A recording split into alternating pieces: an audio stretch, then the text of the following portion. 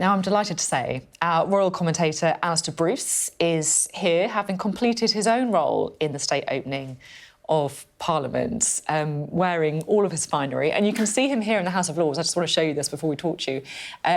In the House of Lords as the King and Queen arrived. Now, Alastair led the sovereign procession to the Lord's Chamber in his role as Fitz-Alan Pursuant. I'm going to make sure I get the pronunciation right on that, setting the pace for the King. Extraordinary. Alastair, talk to us a little bit about the role that you had today. Well, I'm the most junior of the Heralds, and Heralds have been looking after kings and queens coming into parliaments going back to the Middle Ages.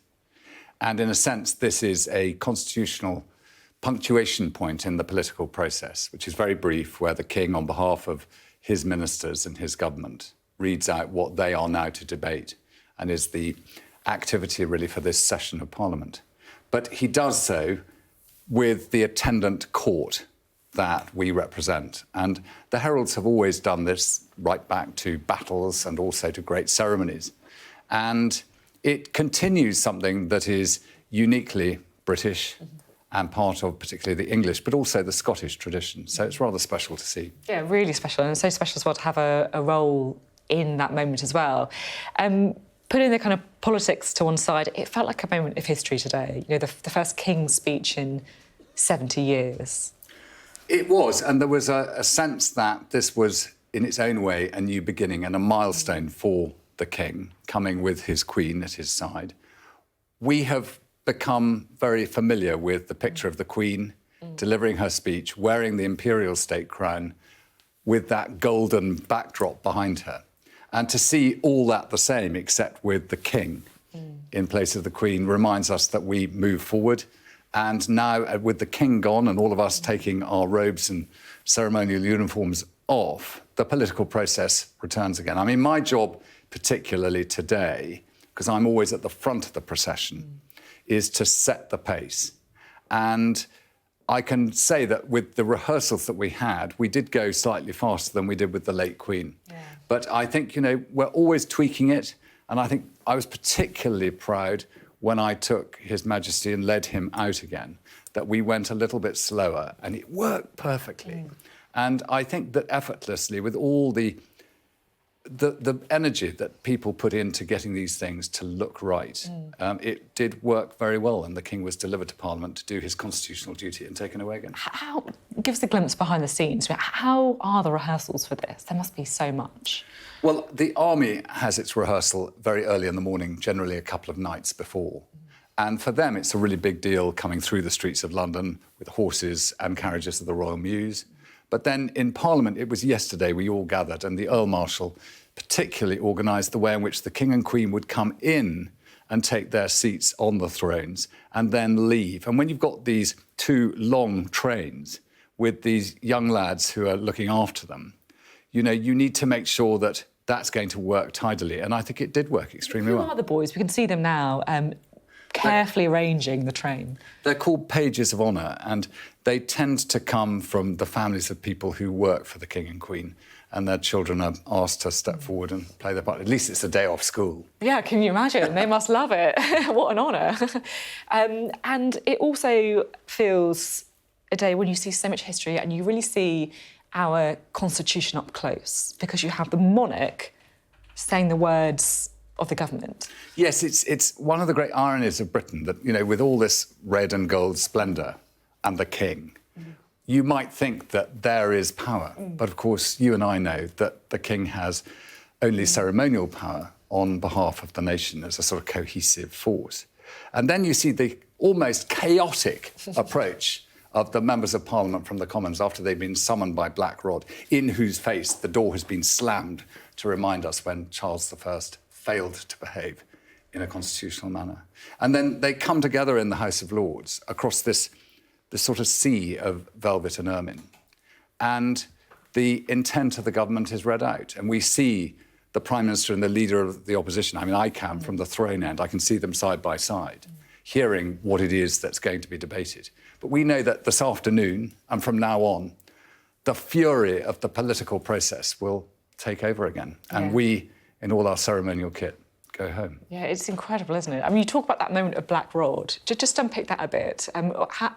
Talk us through what the tradition of that and why it came about, the slamming of the doors. Well, there was a very powerful MP called Pym in the time of King Charles I who took against Charles I's powers. He regarded that his kingship was giving him the authority of God on earth, and not surprisingly, he didn't agree with that.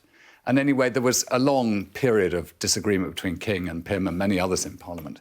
And the King stormed over to Westminster and went with his soldiers into the Commons chamber, into the Parliament, and demanded the Speaker to hand over those representatives of the people. And the Speaker brilliantly turned round and said, "I have neither eyes to see nor voice to speak, save as this House shall command me." And what we see when Black Rod comes in is the door was slammed in her face. And then she comes in and she says, you know, the King commands this honourable House and will bow both ways, which is a way of recognising that, you know, the King's messenger has had the door slammed in his face just so that the Commons can remind the King, don't you dare ever come in here again. It's extraordinary. It's wonderful, really, in its own way as well. The other thing that really struck me today is you have the pageantry and the pomp and the tradition, and everything is done to such an exact standard, whether it's the arranging of the train or the setting of the pace that you did. And yet you also have a man, King Charles, who must have seen his mother give this speech so many times before, and he opened up, didn't he, by paying tribute to the late Queen as well. It's such a moment for him too, his first speech as monarch. Yes, and for him after these last few years where he has been lifting from the position of being a parent to becoming the king, and we've watched him take command of much of what has become his, after watching his mother for 70 plus years, as it were, doing it herself.